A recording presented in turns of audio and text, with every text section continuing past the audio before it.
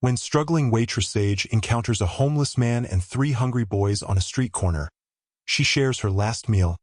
Unaware the beggar is billionaire Darius Whitmore searching for a genuine mother for his sons. But when the triplets instantly call her mommy, a shocking DNA test reveals an impossible truth. Sage is their biological mother, stolen by a hospital mix-up 6 years ago. Hey family, welcome to Real Life Heart Stories. Please subscribe and give this video a like. It truly means the world to us. Don't forget to share it with your friends and loved ones, and turn on post notifications so you never miss a new upload. Thank you so much for the support. Now, sit back, relax, and let's dive into today's story. Sage's feet ached as she walked home from her second shift. The diner uniform stuck to her skin, smelling like grease and burnt coffee. She had exactly $12 in her pocket, enough for bus fare and maybe bread for her nephew's breakfast. Then she saw them. A man and 3 little boys sat on the cold sidewalk. The man's head hung low, and the boys huddled close to him, shivering. One child had tears running down his dirty face. A cardboard sign read, "Hungry. Please help. God bless." Sage stopped. Her heart slammed against her chest. "Lord, these are babies," she whispered. People walked past like the family was invisible. One businessman actually stepped over the cup they used for collecting coins. Another woman pulled her child away, whispering something about those people. Sage felt anger rise in her throat. How could they ignore children? She walked forward, her hands shaking. "Sir? Excuse me, sir." The man slowly raised his head. When their eyes met, something strange happened. Sage felt a pull in her chest, like a rubber band snapping back into place. Her breath caught. She didn't know this man, but something about his eyes felt familiar. The 3 boys stared at her with wide, identical brown eyes. Beautiful eyes, sad eyes, hungry eyes. "Sir, why are your babies out here in the cold? Where is their mother?" Sage asked softly. The man's jaw tightened. "Their mother is gone. It's just us now." Sage's heart broke. She looked at the boys again. They couldn't be more than 5 or 6 years old. Triplets, she realized. All 3 looked exactly alike. The smallest boy reached out his hand toward her. "Ma'am, please don't leave us." Those words struck Sage like lightning. Her knees went weak. "Baby, I'm not leaving," she heard herself say. "I'm right here." She knelt on the dirty sidewalk, not caring about her uniform. She opened her purse and pulled out the sandwich she'd saved from work. Her dinner. "Here, please, take this." She unwrapped it and handed pieces to each boy. They grabbed the food like they hadn't eaten in days. The man watched her with an expression she couldn't read. "Ma'am, you don't have to," he started. "Yes, I do," Sage interrupted. "I can't walk away from hungry children. I just can't." The boys ate quickly, and the smallest one crawled closer to Sage. He rested his head against her arm, and Sage felt something crack open inside her chest. A feeling she couldn't name. A warmth, a recognition. Felt like coming home. "What are your names?" she asked gently. "I'm Mason," said the first boy. "Milo," said the second. "Miles," whispered the smallest one, still leaning against her. "Those are beautiful names," Sage said, fighting tears. "I'm Sage." "Like the plant?" Miles asked. Sage smiled. "Yes, baby, like the plant." Mason looked up at her with those big brown eyes. "Are you an angel?" Sage's throat tightened. "No, sweetheart. I'm just someone who cares." But even as she said it, she wondered. Why did these children feel like they belonged to her? Why did her heart beat differently when they touched her? The man spoke quietly. "Thank you. You have a kind soul." Sage met his eyes again. That strange pull returned, stronger this time. "I'll come back tomorrow," she promised, "with more food." As she walked away, she felt 3 pairs of eyes watching her. She turned back once and saw Miles waving. Her heart squeezed so tight she could barely breathe. Something was happening, something she didn't understand. But deep in her spirit, a voice whispered, "Those are your children." Sage shook her head. "Impossible." She'd never had children. She'd never even been pregnant. So why did her soul recognize them? Darius Whitmore sat in his office on the 42nd floor, staring at the city below. Outside, he was one of Atlanta's most powerful men. CEO of Whitmore Innovations. Billionaire. Success story. Inside, he was just a tired father who couldn't give his sons what they needed most. A mother. His assistant, Marcus, knocked on the door. "Mr. Whitmore, the board meeting starts in 10 minutes. Cancel it," Darius said. 20 minutes later, Darius stood in his walk-in closet, pulling out old, torn clothes, jeans with holes, faded gray hoodie, scuffed sneakers. His grandmother, Nana Pearl, appeared in the doorway. "You going out there again?" "Yes, ma'am." She shook her head. "Darius, baby, this is the craziest thing you ever done." "I know, Nana, but I have to find someone real. Someone who will love those boys without knowing about the money." "Those boys need a mama," Nana Pearl agreed. "But baby, you can't fake your way into real love." "I'm not faking.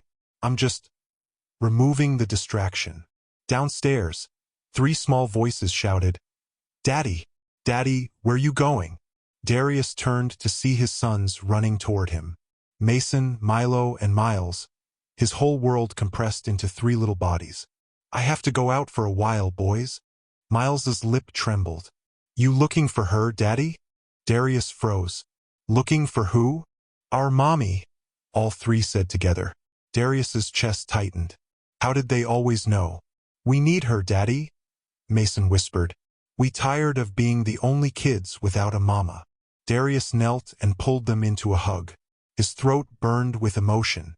"I'm trying, sons. I promise I'm trying." Later that morning, Darius sat on the corner of 5th and Main. He'd been doing this for 3 weeks now, watching people, studying them, searching. Most people walked past without looking. Some dropped coins without making eye contact. A few cursed at him. Then he saw her. A young black woman in a diner uniform, hair pulled back in a tired bun. She walked like her feet hurt. But when she saw him, she stopped. Really stopped. She reached into her bag and pulled out half a sandwich wrapped in foil. "You eat yet?" she asked. Darius looked up, surprised. Her voice was gentle, concerned, real. "I'm good," he muttered, testing her. She shook her head. "No, you're not.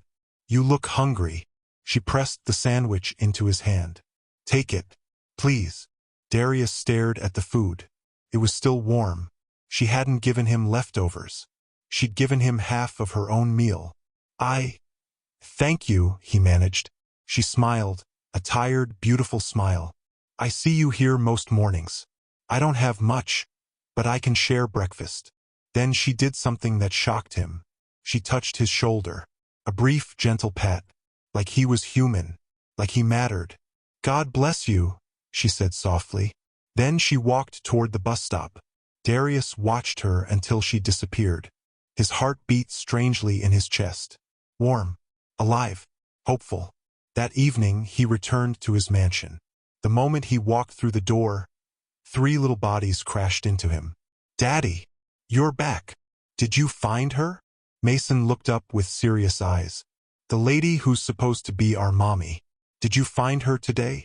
Darius thought of the woman in the diner uniform. The one with the gentle touch and kind eyes. "Maybe," he whispered. "Maybe I did." Sage couldn't stop thinking about them. All through her second shift at the diner, those 3 little faces haunted her. The way they'd looked at her. The way the smallest one had leaned against her arm like he belonged there. The next morning, Sage used her last $10 to buy 4 breakfast sandwiches. Her sister, Ivy, would be upset. They needed that money for bills. But Sage couldn't help herself. Those boys needed to eat. When she reached 5th and Main, her heart lifted. They were there. Then Miles saw her. "It's her," he shouted. "The pretty lady came back." All 3 boys jumped up and ran toward Sage. She barely had time to brace herself before they crashed into her legs, hugging her tight. "Whoa! Good morning, babies." Sage laughed, nearly dropping the food. The man stood slowly, watching with an expression she couldn't read. Sage knelt and handed each boy a sandwich. "I brought breakfast for everyone." Their faces lit up like Christmas morning. "Thank you, Miss Sage," Mason said. "You remembered our names," Milo added. Sage's heart swelled. She handed the fourth sandwich to the man. "For you," she said. He took the sandwich carefully, like it was something precious. "Thank you. Really. You don't know what this means." They sat together on the sidewalk. Sage watched the boys eat. They had beautiful manners for children living on the street. They said please and thank you. Something about that felt off. "How long have you been out here?" Sage asked quietly. He paused. "A few weeks." "And before that?" "Before that, life was different." Sage studied him. There was something in his voice. Something educated, intelligent.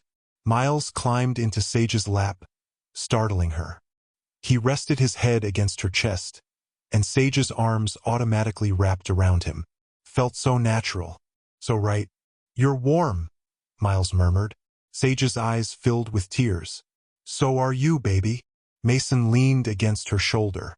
Milo held her hand. Within minutes, all three boys had arranged themselves around her like puzzle pieces clicking into place. The man watched, his expression shifting from surprise to something deeper. "They don't usually do this," he said quietly. "They don't trust people this fast." "Maybe they sense I care," Sage said. "Maybe," he agreed, but his eyes said something else. "Maybe they know you." Finally, Sage had to leave for work. The boys clung to her.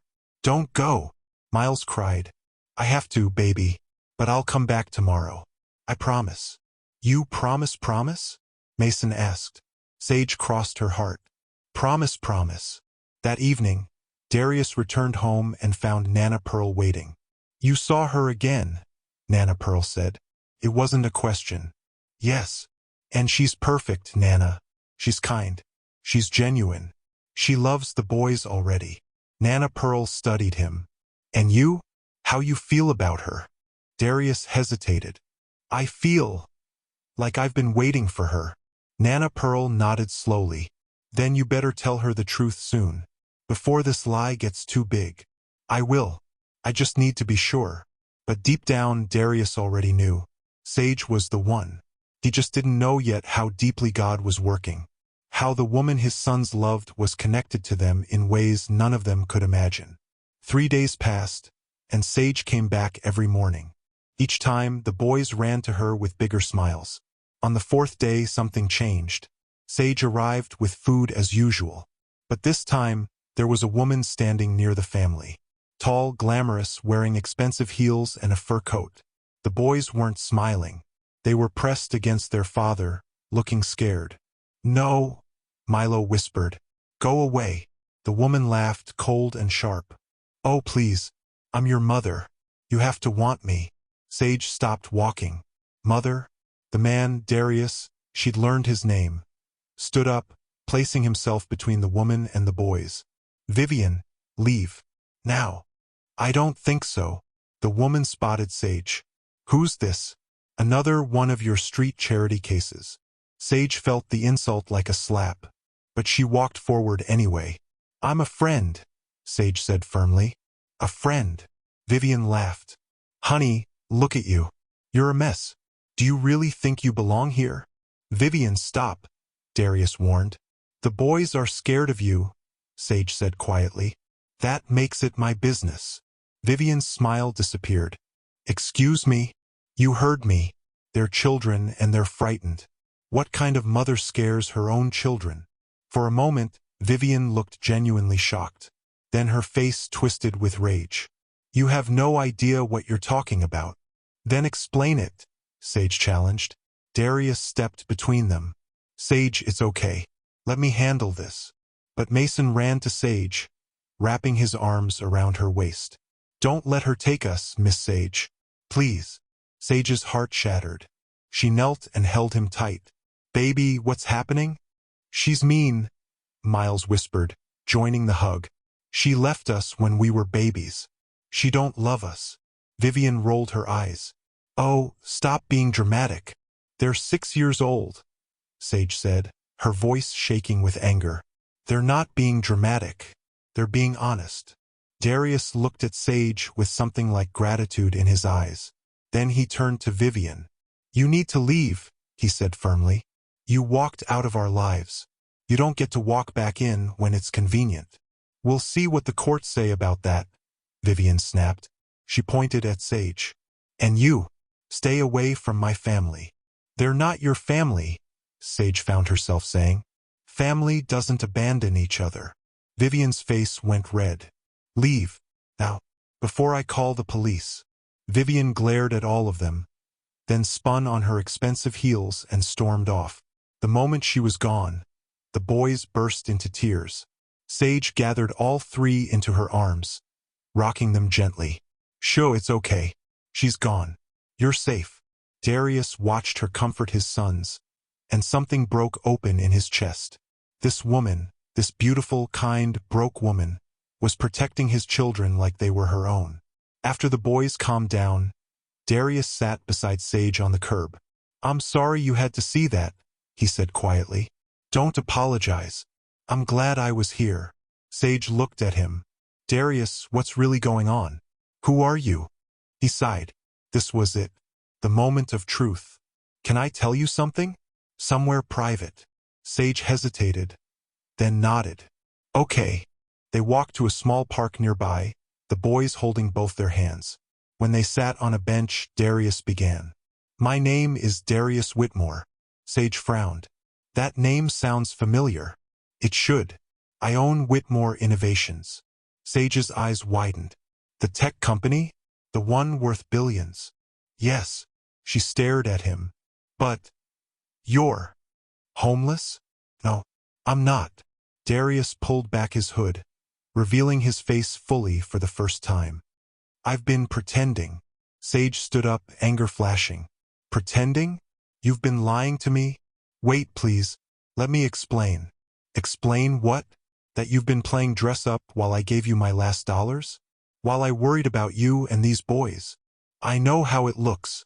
Do you? Sage's voice cracked. Do you know how it feels to care about someone? To sacrifice for them? Only to find out it was all fake? It wasn't fake, Darius said desperately. My feelings aren't fake.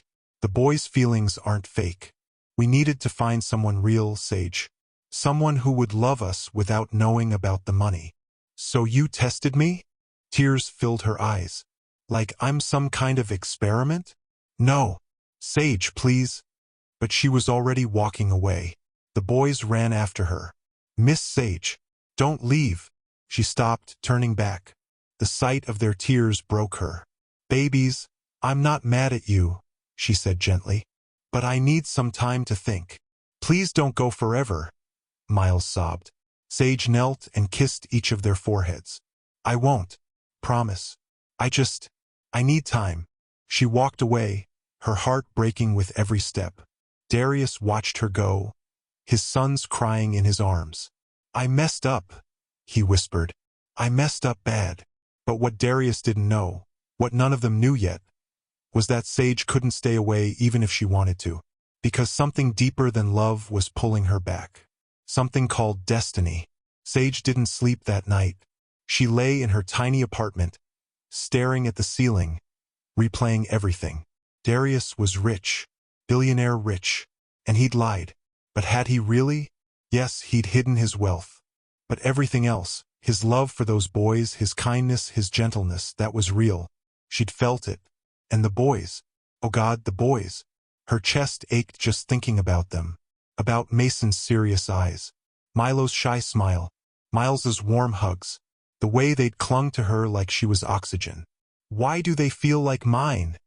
She whispered into the darkness. Her sister Ivy knocked on the door. Sage? You okay? Yeah. Come in. Ivy sat on the bed. You've been crying. So Sage told her everything.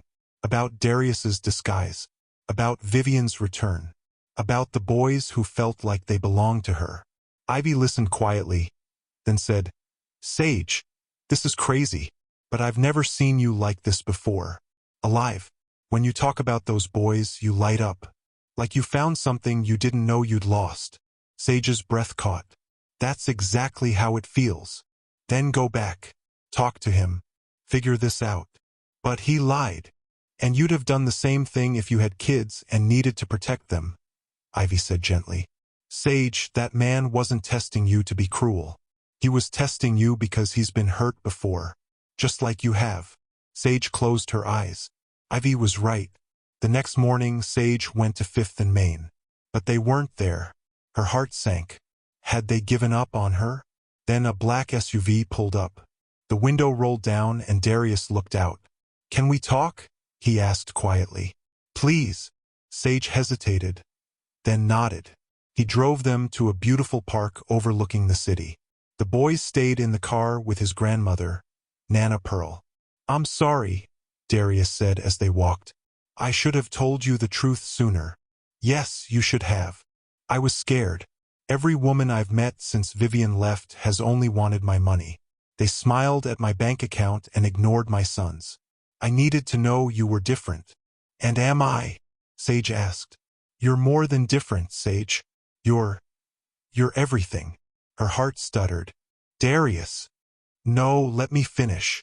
He stopped walking and faced her. When Vivian left, she broke something in me. I didn't think I could trust anyone again. But then you showed up, giving me half your sandwich. Spending money you didn't have to feed us. Protecting my boys from a woman who terrified them. Tears slipped down Sage's cheeks. You didn't just pass the test, Sage. You made me believe in people again. I was so angry, she whispered. I know. You had every right to be. But I couldn't stay away. Those boys, Darius, I don't understand it, but I feel connected to them. Like they're supposed to be in my life. Darius's expression shifted. Something flickered in his eyes. Fear? Hope? Sage. There's something else I need to tell you. Something important. Her stomach twisted. What? He took a deep breath. The boys aren't biologically Vivian's. Sage froze. What? There was a mix-up at the hospital when they were born. Power outage. Chaos. Files got mixed up, and he swallowed hard. Vivian isn't their biological mother. Sage's world tilted. Then who is? Darius looked at her with an intensity that made her knees weak. I've been trying to find her for years, but all I had was a Jane Doe file. No name, no trace. The hospital said she disappeared after a traumatic birth. Memory loss. They thought she might have died. Sage's heart pounded. Why are you telling me this? Because of something Mason has. A birthmark. Rare. Hereditary. Only passed through the maternal line. Darius, what are you saying? He stepped closer.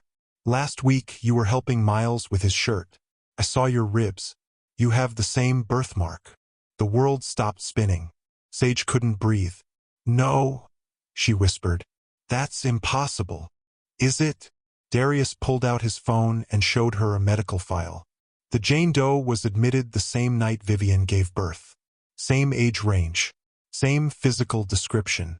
She had severe trauma, memory loss, and disappeared from the hospital after 6 weeks. Sage's hands shook. I don't remember. I can't. But then the flashes came. Blinding lights. Pain. Voices shouting. Someone holding her hand. A baby crying. 3 cries. 3 cries. Oh my God! She gasped, collapsing. Darius caught her. Sage, breathe. Just breathe. They're mine, she sobbed. The boys, they're mine. That's why I feel it. That's why they feel like home. Yes, Darius whispered, holding her as she broke apart. They're yours. They've always been yours. Everything made sense now. The pull, the recognition, the way her soul knew them before her mind did. I lost my babies, she wept. I lost them, and I didn't even know. You didn't lose them, Darius said firmly. They were taken from you, but now you're back. You're here, and we're never letting you go. Sage looked up at him through her tears. How do we know for sure? DNA test. We'll do it today. When they returned to the car, the boys jumped out and ran to her. You came back, Mason shouted. We knew you would, Milo added.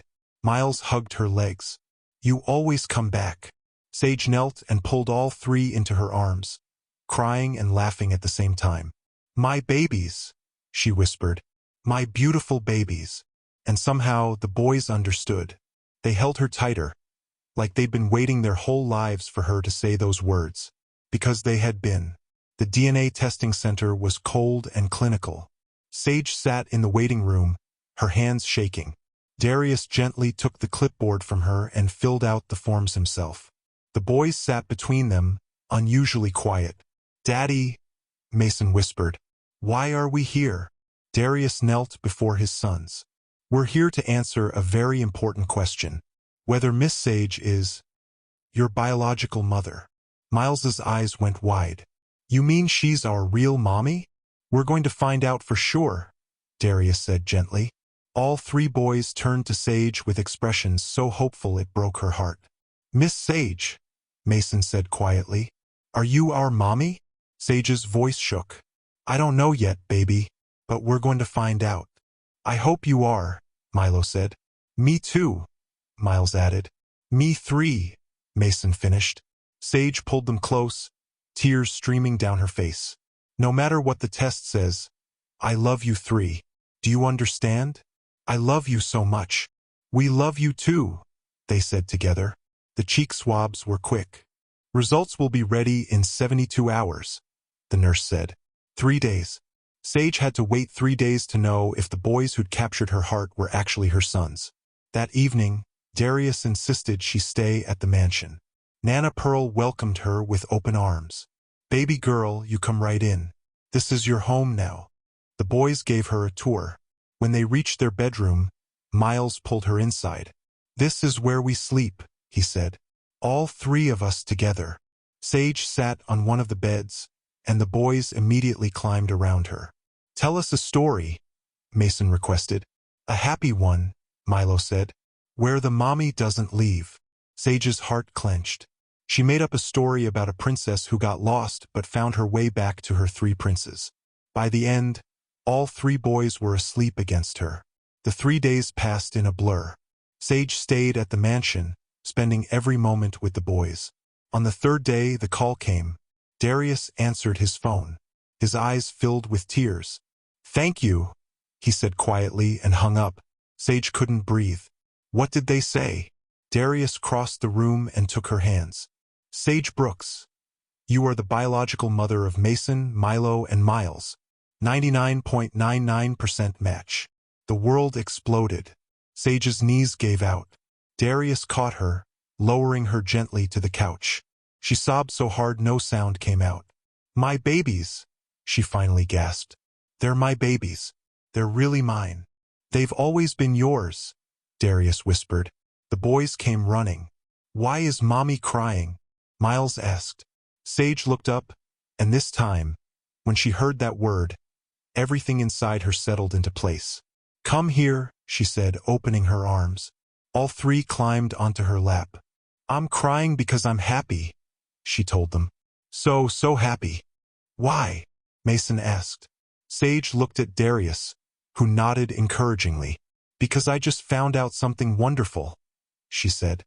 "I'm your real mommy. I gave birth to you 6 years ago." The boys stared at her. Then Mason grinned. "We knew it." "You did." Sage laughed through her tears. "We felt it," Milo said simply. Miles hugged her tight. "You came back for us." "I did, baby. And I'm never leaving again." That night, Sage stood on the balcony, staring at the stars. Darius joined her. "How are you feeling?" "Overwhelmed. Grateful. Terrified." "Terrified? What if I don't know how to be their mother? What if I mess up?" Darius turned her to face him. "Sage, you've been their mother from the moment you saw them on that corner. You just didn't know it yet." Tears slipped down her cheeks again. "I lost 6 years with them, Darius. 6 years I can never get back." "I know, and I'm sorry, but you have the rest of their lives. And I'll be right here with you." Something shifted between them then.